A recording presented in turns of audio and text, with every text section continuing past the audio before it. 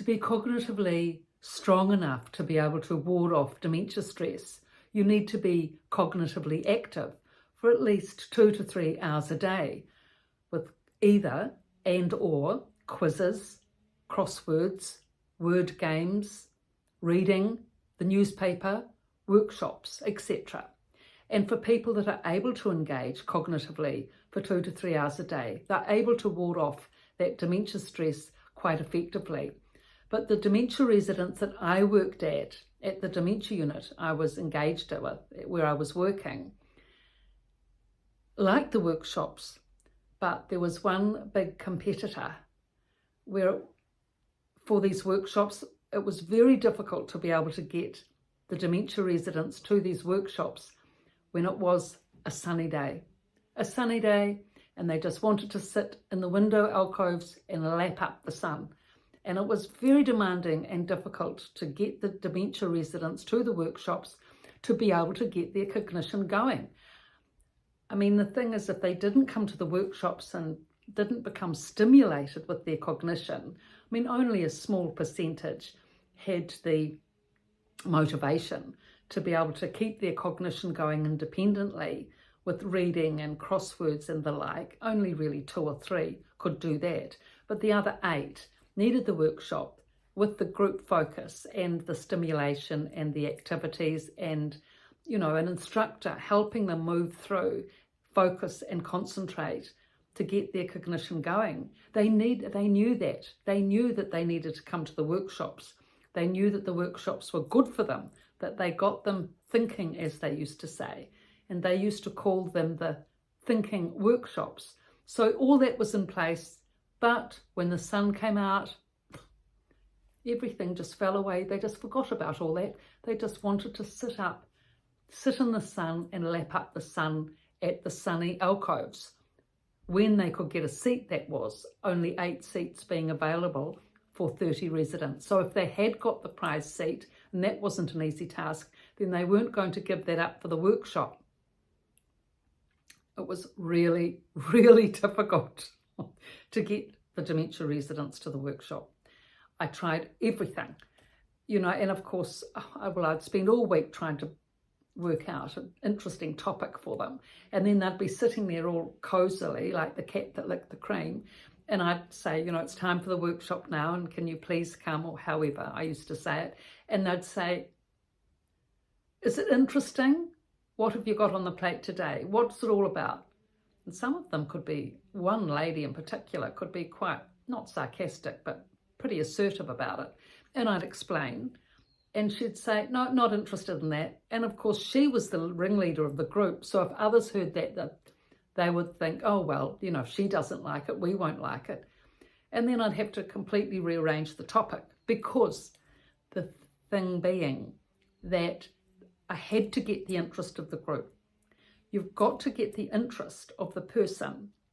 That's the primary thing. They won't bother to make the effort to concentrate unless they're interested in the topic at hand. So the main thing was that they had to be interested. And I was the one that had to get them interested. And then once that was in place, then I had to get them engaged to come and want to sit and listen to it. That was the easier part, actually. Once they got there, it was all right. But getting them away from the sun, sometimes I could manage it and sometimes I didn't. And I really realized that I had to build up a really strong, trusting relationship with these dementia residents, a friendly, trusting relationship. Lots of laughs, because they liked to have a bit of a, you know, laugh, and they liked it if you had a sense of humour. So I had to bring that out in myself.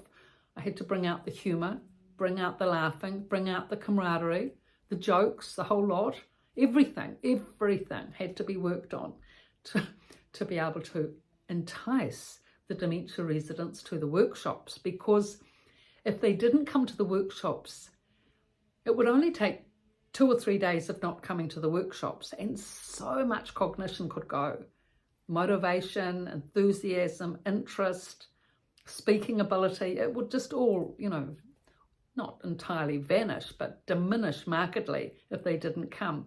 So I knew for the work to progress, and more importantly, for the dementia residents to progress, they needed to come to the workshops. So it was an ongoing battle with the sun. That's why it was always good when it was a grey, rainy day, because they'd just automatically come then. But the sunny days, very difficult. So this is how powerful the sun is in a dementia unit.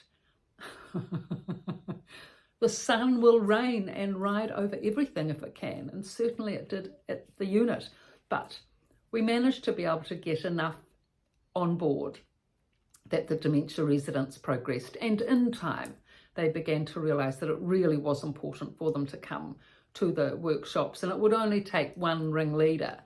There were 2 or 3 of them to encourage the others to come along and look, it's a good idea and let's do it, and then the others would trot along as well. So after about a year of having to work with them in this way, they finally did, come to the party. But still, it was a challenging process. And there are some residents who have the cognition to be able to engage in the workshops after all the work we went through, with the concentration and the focus and the topics, the communication, etc., the whiteboard workshops. They picked up their communication, they picked up their skills, but not everyone was able to, for various reasons.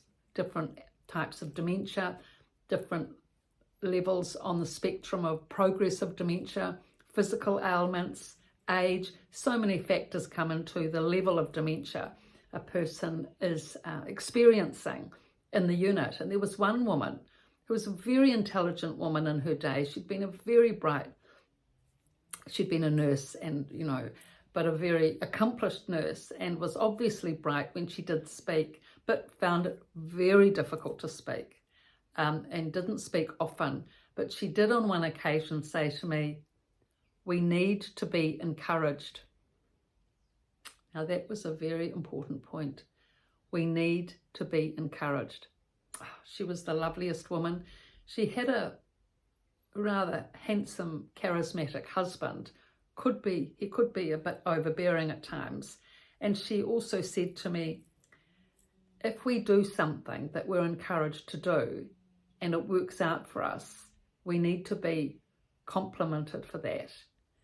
So I really took that on board, actually, that fact that she said how encouragement was so important, because her husband was very attentive and she had his full attention, and he was supportive, and he visited daily, but still she said encouragement was needed. So I realised from her saying that, the way that she said it really reached me, and from that point on I actually made a lot of effort with the less able dementia residents to really encourage them, and she was really the inspiration for that. But it was the sunshine that was the big challenge. But once we got over that and we managed to pick up the residents so that they had that, extra confidence and that extra ability to encourage others and that extra enthusiasm to support others, then, the team energy, the team unit, the team spirit came into play. And from then on it was easy. But getting that first step going to get the unity going and to get them away from the sun was a big challenge. So these 2 books I've written on these topics, The Resident's Voice and The Resident's Rise, both from a dementia unit, both on Amazon, soft copy, hard copy and ebook, and on my website in the description below.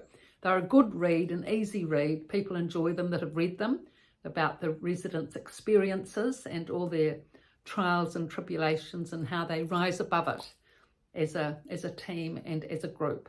So if you're a reader, please get the books. I think you'll really enjoy the read. And thank you for your comments and your likes, and please subscribe, those of you viewing this channel. Thank you.